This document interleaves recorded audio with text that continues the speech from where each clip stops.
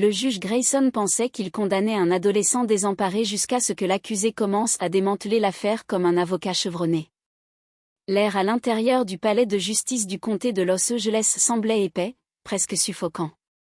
Des rangées de spectateurs remplissaient la galerie, murmurant entre eux tandis qu'ils observaient la scène. La table de l'accusé semblait trop grande pour le jeune homme qui se tenait à côté, les mains dans les poches, le menton légèrement levé pour montrer qu'il n'avait pas peur. Jalon Dawson, 19 ans, était accusé de vol de voiture et de résistance à l'arrestation. Les accusations étaient graves, mais la manière dont le juge Walter Grayson le regardait laissait entendre que le véritable procès n'avait rien à voir avec la loi. Grayson se pencha en arrière sur sa chaise, tapotant paresseusement des doigts sur le bois poli de son bureau. Il regarda Jalon par-dessus ses lunettes, ses lèvres se tordant en quelque chose entre un sourire en coin et une grimace. « Tu te crois une sorte d'expert juridique » dit-il avec un amusement sec. « Ce n'est pas un club de débat, gamin. » Quelques rires parcoururent la salle d'audience. L'huissier, la sténographe, même le procureur, tous étaient dans la confidence. Jalon ne broncha pas, il ne riait pas. Il avait passé des années à se préparer pour ce moment, pas exactement celui-ci, mais il connaissait la salle d'audience comme sa poche.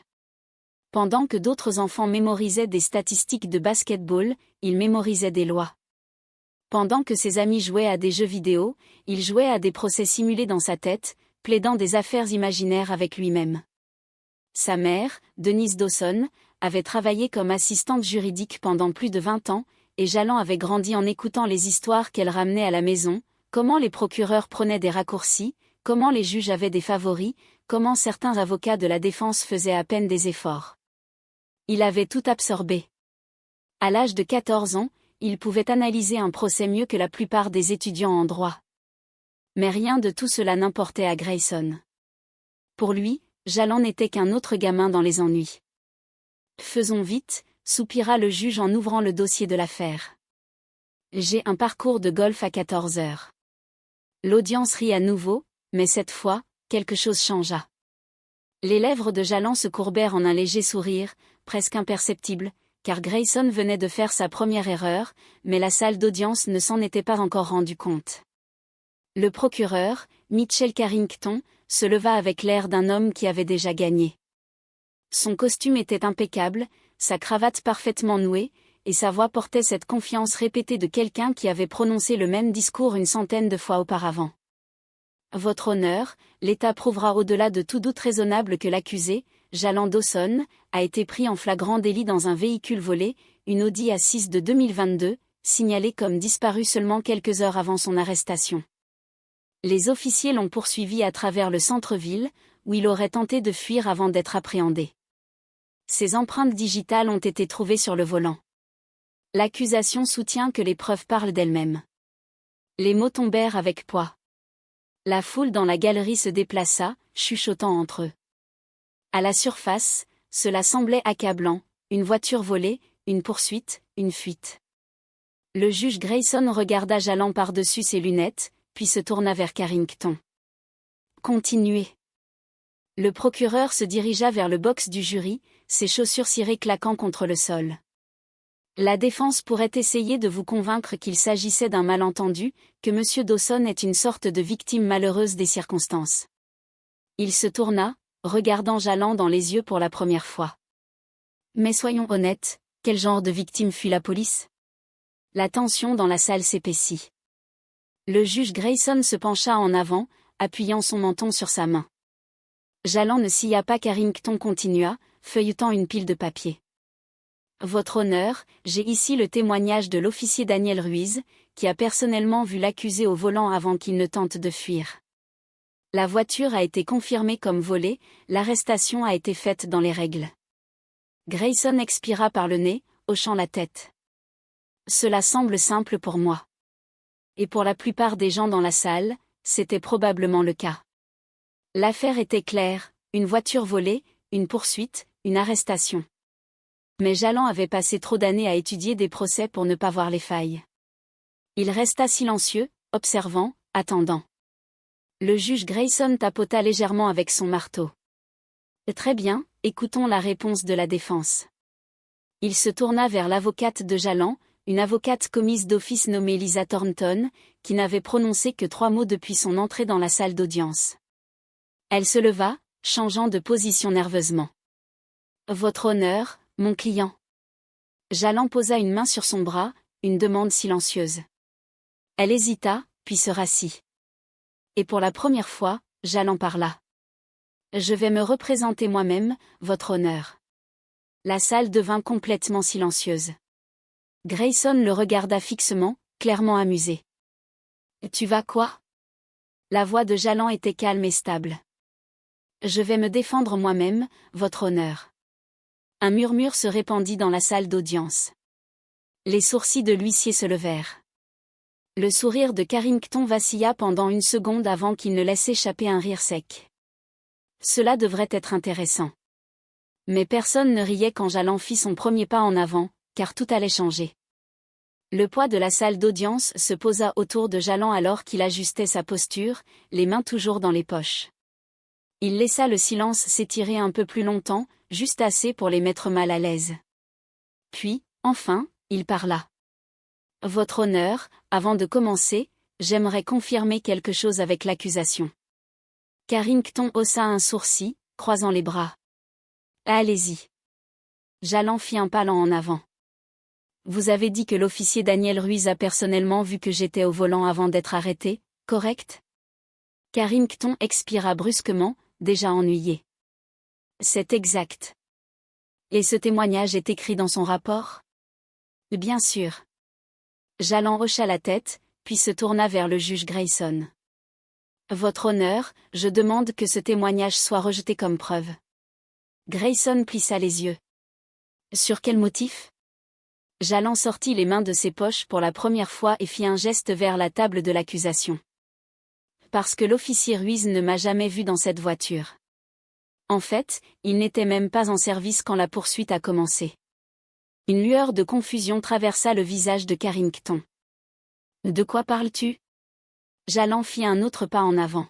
« Votre honneur, si la cour le permet, j'aimerais demander à vérifier les journaux GPS de l'officier Ruiz de cette nuit-là. Si son rapport dit qu'il m'a vu dans le véhicule, alors cela devrait correspondre à son historique de localisation.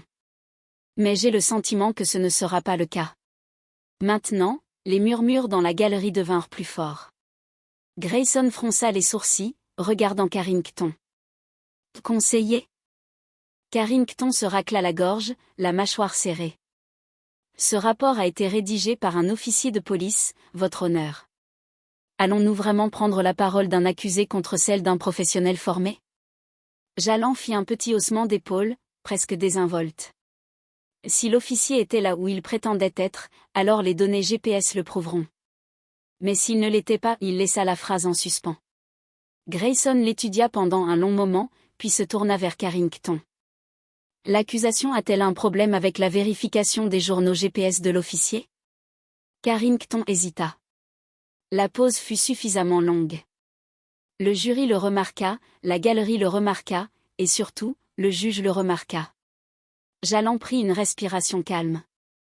Il avait passé des années à observer des procès, à étudier les procureurs, leurs tactiques, la manière dont ils jouaient avec le système, et il y avait une chose qu'il savait sans aucun doute, si Carrington était sûr de son dossier, il ne traînerait pas des pieds. Grayson soupira, se frottant la tempe. « Conseiller ?» Carrington secoua finalement la tête. « Pas d'objection, votre honneur. » Mais le changement avait déjà commencé. Pour la première fois, la salle d'audience ne riait plus. La salle était silencieuse, mais la tension était palpable. Carrington battit ses papiers, sa confiance polie commençant à se fissurer sur les bords. « Votre honneur, pendant que nous attendons les enregistrements GPS, le fait est que les empreintes digitales de l'accusé ont été trouvées sur le volant du véhicule volé. » Jalland hocha légèrement la tête, le visage impassible. « C'est vrai. » Il fit un pas en avant. « Mais parlons de cette preuve une seconde. » Grayson haussa un sourcil, faisant un geste pour qu'il continue. Jalland se tourna vers le jury, établissant un contact visuel avec chacun d'eux. « L'accusation veut que vous croyiez que trouver mes empreintes digitales dans une voiture signifie que je l'ai volée. C'est l'histoire qu'ils vendent. Mais réfléchissons logiquement. Il prit une profonde inspiration, son ton restant calme et contrôlé. Imaginez que vous entrez dans un grand magasin et essayez une veste. Vous mettez vos mains dans les poches, peut-être la fermez-vous, puis la remettez sur le cintre et partez. Quelques heures plus tard, quelqu'un vole cette veste. Le fait que vos empreintes digitales soient dessus signifie-t-il que vous l'avez volée? Certains membres du jury échangèrent des regards. Quelqu'un dans la galerie murmura quelque chose dans sa barbe. Jalland ne leur laissa pas le temps de se ressaisir. La voiture en question était garée devant un 7-Eleven des heures avant le prétendu vol. J'étais à l'intérieur de ce magasin avec 3 amis, et oui, quand nous sommes passés devant la voiture, je me suis appuyé contre elle. J'ai même ouvert la porte parce qu'elle était déjà déverrouillée. Je n'y ai pas trop réfléchi, je n'ai pas pris la voiture, je ne l'ai pas conduite, je n'ai rien volé à l'intérieur. Juste un moment stupide de curiosité. Il laissa cela s'imprégner une seconde, puis, d'une voix qui trancha le silence comme un scalpel, il demanda « Est-ce que toucher quelque chose fait de vous un criminel ?» Carrington se racla la gorge, feuilletant ses notes, cherchant quelque chose, n'importe quoi pour reprendre le contrôle. Jalland n'avait pas fini. Et tant que nous y sommes, parlons de la manière dont cette analyse d'empreinte digitale a été faite. Il se tourna vers Grayson. Votre honneur, le spécialiste médico-légal de cette affaire a-t-il été assigné à comparaître? Grayson cligna des yeux, pris au dépourvu par la question. Il regarda Carrington. Le procureur hésita, puis admit finalement, non. Les lèvres de Jalland se serrèrent. Donc, laissez-moi clarifier ceci. L'État utilise des preuves médico-légales pour essayer de me condamner, mais ils n'ont pas pensé qu'il était nécessaire d'amener le véritable spécialiste qui a traité cette preuve. Aucune chance pour moi de contre-interroger, de poser des questions sur la chaîne de garde ou de contester la précision de l'analyse. La mâchoire de Carrington se serra. Jalland hocha la tête comme si c'était tout ce qu'il avait besoin d'entendre. Intéressant. Le juge Grayson soupira, se pinçant l'arête du nez. C'était le regard d'un homme qui réalisait que cette affaire ne serait pas la victoire facile qu'il avait supposée. Mais Jalland n'avait pas encore fini, car ce qu'il allait dire ensuite changerait tout. Jalland fit un pas lent en avant, sa voix ferme mais assurée. Votre honneur, j'aimerais présenter comme preuve une déclaration officielle du propriétaire du véhicule. Le juge Grayson fronça les sourcils. Le propriétaire? Jalland hocha la tête. Oui, Monsieur Raymond Whittaker, le propriétaire enregistré de l'Audi volé, a fourni une déclaration à la police qui, pour une raison quelconque, n'a jamais été incluse dans les documents présentés par l'accusation. Et je pense savoir pourquoi. Il se tourna vers Carrington. Vous rappelez-vous ce que Monsieur Whittaker a dit aux officiers la nuit où sa voiture a été signalée comme volée? La mâchoire de Carrington se serra. Il savait exactement ce qui allait suivre. Jalland n'attendit pas qu'il réponde. Au lieu de cela, il sortit une transcription imprimée de son dossier et lut à haute voix « J'ai laissé ma voiture tourner au ralenti quand je suis entré en courant dans la station-service. Un gamin a dû sauter dedans et partir. Mais ce n'était pas le gars que vous avez arrêté. J'ai vu le gamin, et il était blanc. » Un hoquet collectif parcourut la salle. Jalland leva le papier. Ceci provient du rapport de police original. Le même rapport que l'accusation n'a jamais mentionné. Il se tourna vers le juge Grayson. L'officier qui a procédé à l'arrestation a admis cela dans son témoignage. L'accusation l'a ignoré. Et pourtant, ils veulent que ce jury croie que moi, quelqu'un qui ne correspond même pas à la description du véritable voleur, était coupable au-delà de tout doute raisonnable. Carrington s'avança, désespéré. Votre honneur, ceci est hors de propos. L'accusé a été pris en possession du véhicule. Mais Jalland secoua la tête. Non, je ne l'étais pas. Sa voix ne s'éleva pas, mais elle trancha la salle avec précision. J'ai été arrêté à plusieurs pâtés de maison de l'endroit où le véhicule a été abandonné, en train de rentrer chez moi après avoir acheté des snacks avec mes amis. Je n'étais pas dans la voiture, je n'étais pas près de la voiture, je ne fuyais rien. La seule chose qui me lie à cette affaire est un mauvais travail de la police et des suppositions. Le juge Grayson laissa échapper un lent soupir, se frottant la tempe. L'affaire se désintégrait rapidement, et tout le monde le savait. Jalland se tourna vers le jury. Le véritable suspect s'est échappé cette nuit-là. Les officiers ont trouvé un jeune noir dans la même zone générale et ont décidé que c'était suffisant. C'est de cela qu'il s'agit vraiment dans cette affaire. Silence. Grayson se racla la gorge et ajusta ses lunettes. L'accusation a-t-elle autre chose à ajouter? Carrington était raide, le visage rougi. Non, votre honneur. Le juge Grayson expira. Il regarda Jalland pendant un long moment, puis regarda le jury. Enfin, il se pencha en avant et prononça les mots qui resteraient avec tous dans cette salle. Affaire classée. Un moment de silence stupéfait, puis le chaos. La moitié de la salle explosa, certains incrédules, d'autres soulagés en silence. La galerie s'agita, les journalistes griffonnant dans leurs carnets. Jalland ne bougea pas tout de suite. Il laissa le moment s'installer, laissa la réalité s'imprégner pour tout le monde. Le juge Grayson, tenant toujours son marteau, regarda Jalland avec une expression indéchiffrable. Il y avait quelque chose dans ses yeux qui n'y était pas auparavant, de la reconnaissance, peut-être même du regret. Jalland croisa son regard, puis se tourna pour partir, mais juste au moment où il atteignit la porte, le juge parla à nouveau. « Monsieur Dawson. » Jalland s'arrêta mais ne se retourna pas. Grayson hésita, puis dit finalement, « Vous devriez envisager l'école de droit. » Jalland sourit. Il n'avait pas besoin d'y réfléchir. Il était déjà en route. À l'extérieur du palais de justice, l'air était épais de voix. Les journalistes se pressaient sur les marches, leurs appareils photo flashant, des micros tendus comme des armes.